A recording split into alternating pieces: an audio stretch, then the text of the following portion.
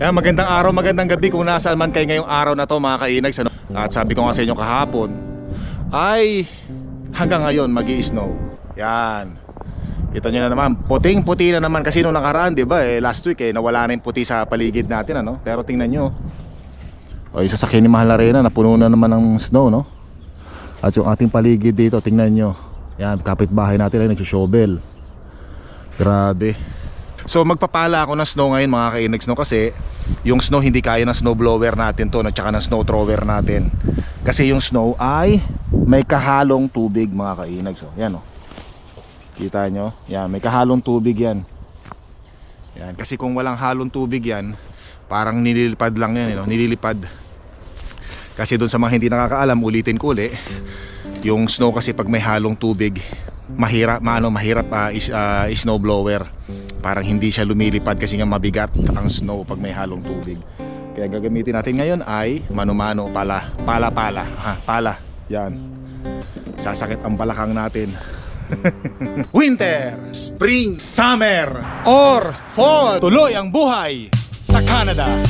Pero pag yung meron kayong snow thrower na di gasolina, malakas daw yun mas malakas kaysa di baterya. Pero yung snow thrower ay dapat makapalang snow. Pero pagka ganitong hindi naman ganun kakapal, pala na lang gamitin. So tara, umpisahan na natin para matapos na tong ating ano.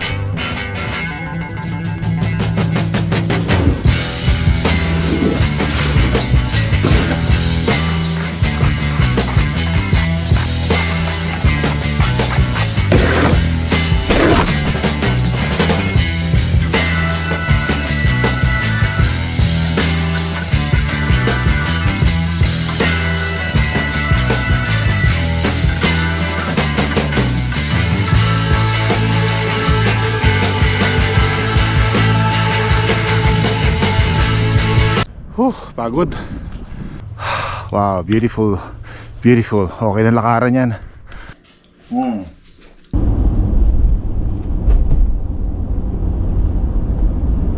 Yan, ako. Kita nyo naman yung ating paligid uli, ano? Puti na naman. Yan. Nakakatuwa lang. So, nga pala mga kainags, ano? Naalala ko lang, meron nga palang mga nag-comment sa atin noong nakaraan. Nabasa ko sa comment section box natin, ano, pag nakikita raw nila ako sa superstore or sa Lucky Supermarket or kung saan man lugar, nahihiya raw silang tawagin ako mga kainags, ano? Yung mga subscribers natin, mga viewers, nahihiya raw silang tawagin ako kasi daw baka nag-aalangan sila, baka daw kasi sungitan ko sila, or baka daw isnabin ko sila, or baka daw magalit ako, maistorbo raw ako. So hindi po mga kainags, ano, wag po kayong pag nakita nyo po ako, wag po kayong mag-alangang tawagin ako, wag kayong mag-alangang tawagin yung pangalan ko or kunin yung aking atensyon.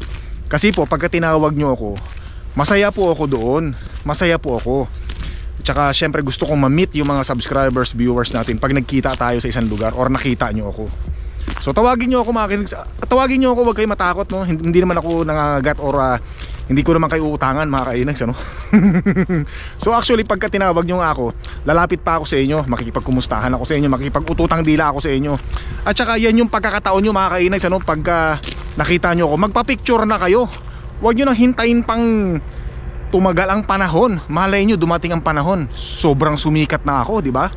So syempre pag sobrang sumikat na ako, syempre kailangan ko na ng bodyguard niyan. So pag may bodyguard na ako, at pag nakita nyo ako sa daan, hindi na kayo makakalapit mga kainags. Kasi syempre bago kayo makalapit sa akin, ang haba ng pipilahan nyo.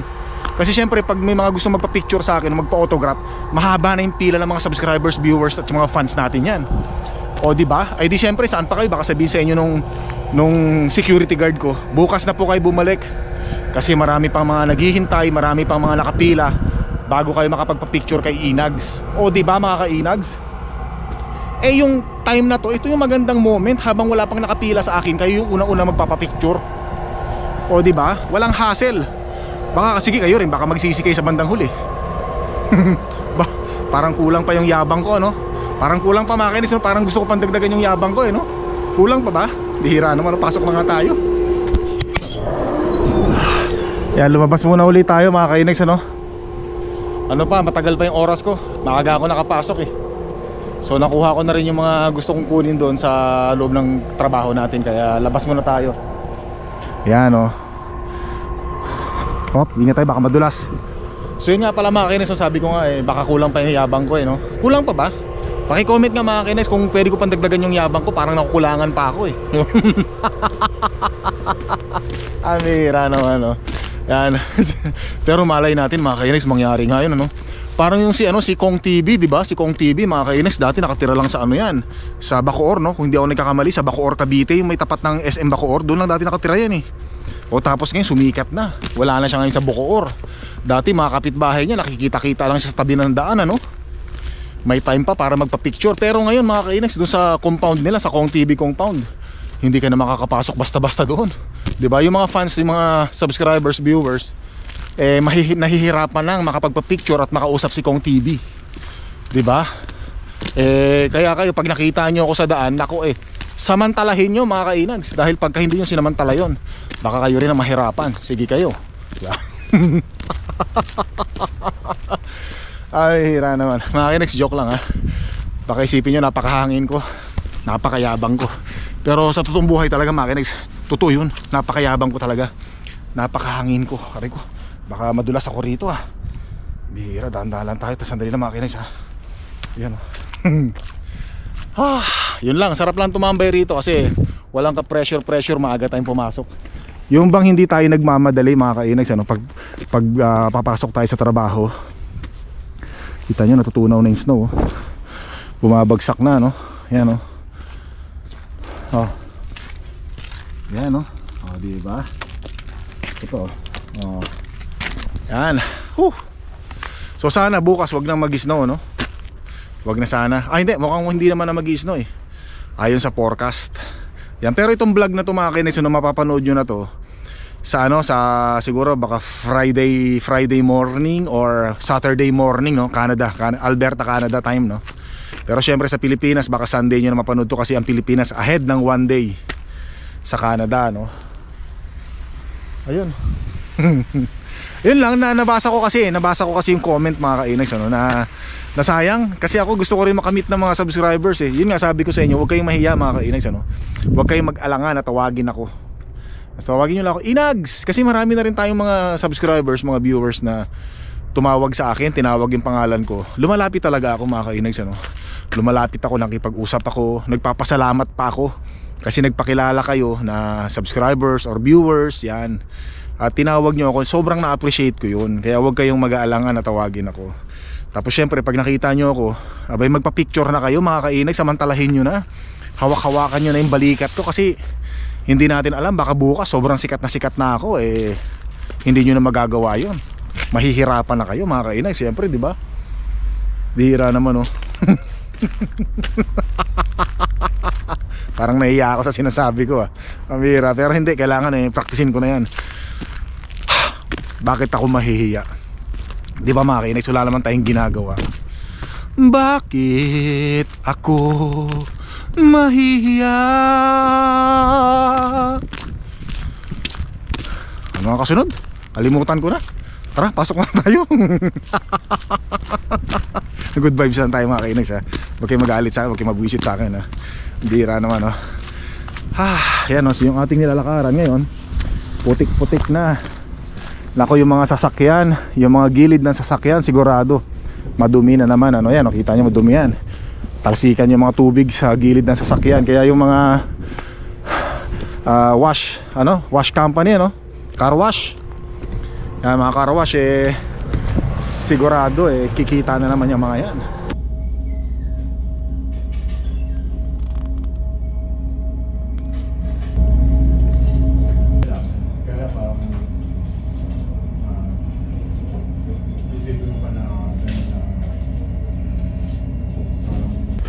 Uwian na naman tayo mga kainags Kanina pinakita ko sa inyo yung snow, di ba? Doon sa bintana ng bintana ng lunchroom namin. Medyo malakas kanina pero ngayon parang nawala Hindi, meron konti pa lang. Tapos ito yung natin ngayon Ayan So hindi naman ganun kakapal yung bumagsak na snow ngayon. Yan, kaya kala ko kasi kanina paglabas ko Sabi ko, naku, paglabas ko na naman siguro ng ano nito, o pagka-uwian na tayo, sabi ko baka ang kapal na naman ng snow, sabi ko. Yun sa isip ko. Kasi kanina, 'di ba, nag-lunch na kami, no, nag-break. Mga ano 'yun, mga alas 7. Sabi ko pa, parang kapal ng snow na bumabagsak ah. Sabi ko, mukhang hindi yata hihinto ah. Pero hopefully bukas, araw ng Biyernes mga kainis, no, bukas ano, wala lang snow yata ayon sa forecast. Yan, forecast lang naman eh, di ba? Hindi pa naman sigurado, pero hopefully wag naman sana. So yung mga sasakyan natin, kung napapansin nyo, ayan oh, di ba? Hindi naman siya ganun punong-puno ng ano, ng snow, yun oh. Pero uli, syempre nilalakaran uli natin, puti na naman. Pero madali lang matanggal yan mga kainags. Yang ano na yan, yung mga snow na yan. Kasi medyo mainit naman ang panahon pagka umaga eh. Single digit na lang tayo, no? Minsan positive, ganun. Kung sakaling lumamig man, pag araw mga -1 lang, ganun, -2. Yan. Pero hindi ko pa na-check yung forecast sa susunod na linggo eh, kung ano. Ayun yung truck natin, ayan no. Ang konting pagpag lang yan.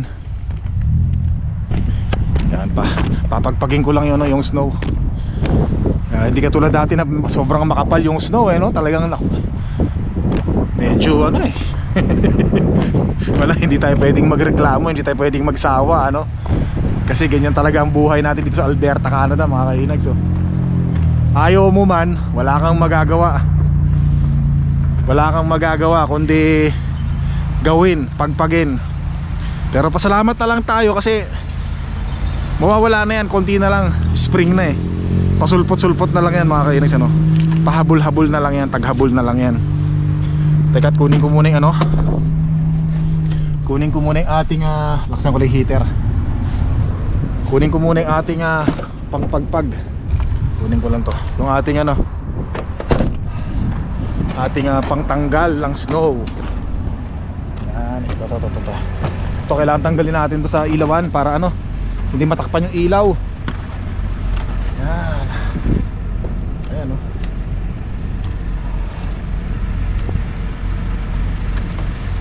Yan. Alright. Yan, kasi kailangan natin tanggalin yung ano yun, no? Yung mga snow sa salamin. Ba? Although yung bumagsak na mga snow kanina, wala nang kasamang tubig mga kainags, ano? Dry na siya, dry snow. So pwede mo na siyang gamitan ng snow blower, lilipad na lang yan. Hindi katulad kaninang umaga nung nag-shovel tayo ng snow, may kasamang tubig. Kaya hindi natin ginamitan ng ano hindi natin ginamitan kanina ng snow thrower, no, kasi mahihirapan yung snow thrower. Sayang lang yung charge ng battery. Kakayanin niya pa rin naman magtanggal, kaya lang hirap talaga, matagal. Hindi katulad ng dry snow, katulad to dry snow. Isang ihip mo lang yan, talsikan ka agad lahat, yung katulad yan, oh. Oh, di ba? Kita nyo mga kinex, tulad yan, oh. Oh, di ba? Dry snow yan. Yan, so tara, wala na tayo. Uwi na tayo. Makikipag-ututang dila muna tayo kay mahal na Reyna ron. Aray. Pero tumatanda na yun, no? Aray. Ano? Ha? Sit down, Sayan. Sit down. Good boy.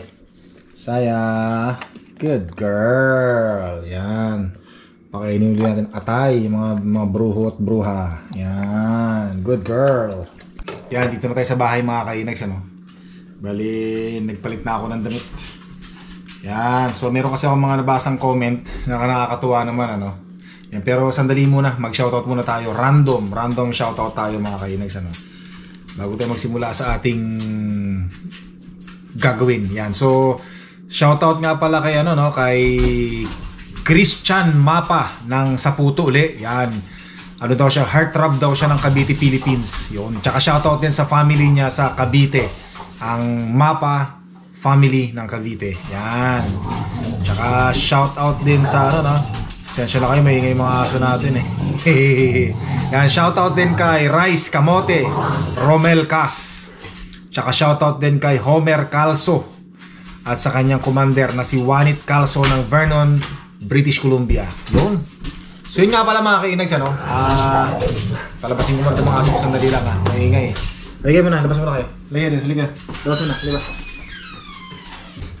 Yun na nga, taka meron nga palang mga nagme-message din sa akin ngayon mga kainags, ano, tungkol doon sa ano, no, yung mga napanood nila kasi yung sa nanirahan ako sa garahe para maging permanent residence, ano. Sino ba nakapanood nun? Yan, taas ang kamay. So may mga, hanggang ngayon kasi merong mga nagko-comment sa akin, may mga nagme-message doon sa comment section box natin, ano. At masaya raw sila kasi napanood daw nila yung naging karanasan ko nung tumira ako sa garahe para maging permanent residence. Pero hindi ibig sabihin na tumira ako ng garahe para maging permanent residence na makuha yung permanent residence, no. Ano yun? Merong story yon mga kainags, ano, kung bakit ako tumira sa garahe. Yan. So, doon sa mga hindi nakakapanood, panoorin nyo na lang, i-search nyo na lang, Inags, nanirahan sa garahe para maging permanent residence. So, merong story yon. Inano ko lang, yun lang yung title niya. Baka isipin nyo, titira na rin ako sa garahe para maging permanent residence ako ng Canada. Gano'n? hindi gano'n na. So, title lang yun para panoorin nyo. Kasi, yung mga nagsasabi dito na naku-curious daw sila. Kaya, sa title, no, sa caption, kaya pinindot nila. Nung pinanood daw nila yung experience ko, yung vlog ko na to, na-touch daw sila, mga kainags, ano, naluha raw sila. So yung iba nga nabibitin daw sa kwento ko, no? Yan. So yung mga hindi pa nakapanood kung paano naman ako nakapunta ng Canada, panoorin nyo rin mga kainags, ano? Magandang story din yun, mga experience ko. Grabe, kahit nga ako di ako makapaniwala, no? Na nalusutan ko pala lahat yun. Yung pagpunta pa lang sa Canada, mga kainags, ano, naghahanap ka pa lang ng employer, LAMIA, yung mga work permit, nako. Yung LAMIA, mga kainags, nako. Madugo na yun, ano, hindi basta-basta makapunta rito sa Canada. Pero meron namang iba, napakaswerte, sandali lang, ano. Tapos yun na nga, yung nagkaroon din ako ng ano, no, ng struggles sa pag-apply naman ng permanent residency.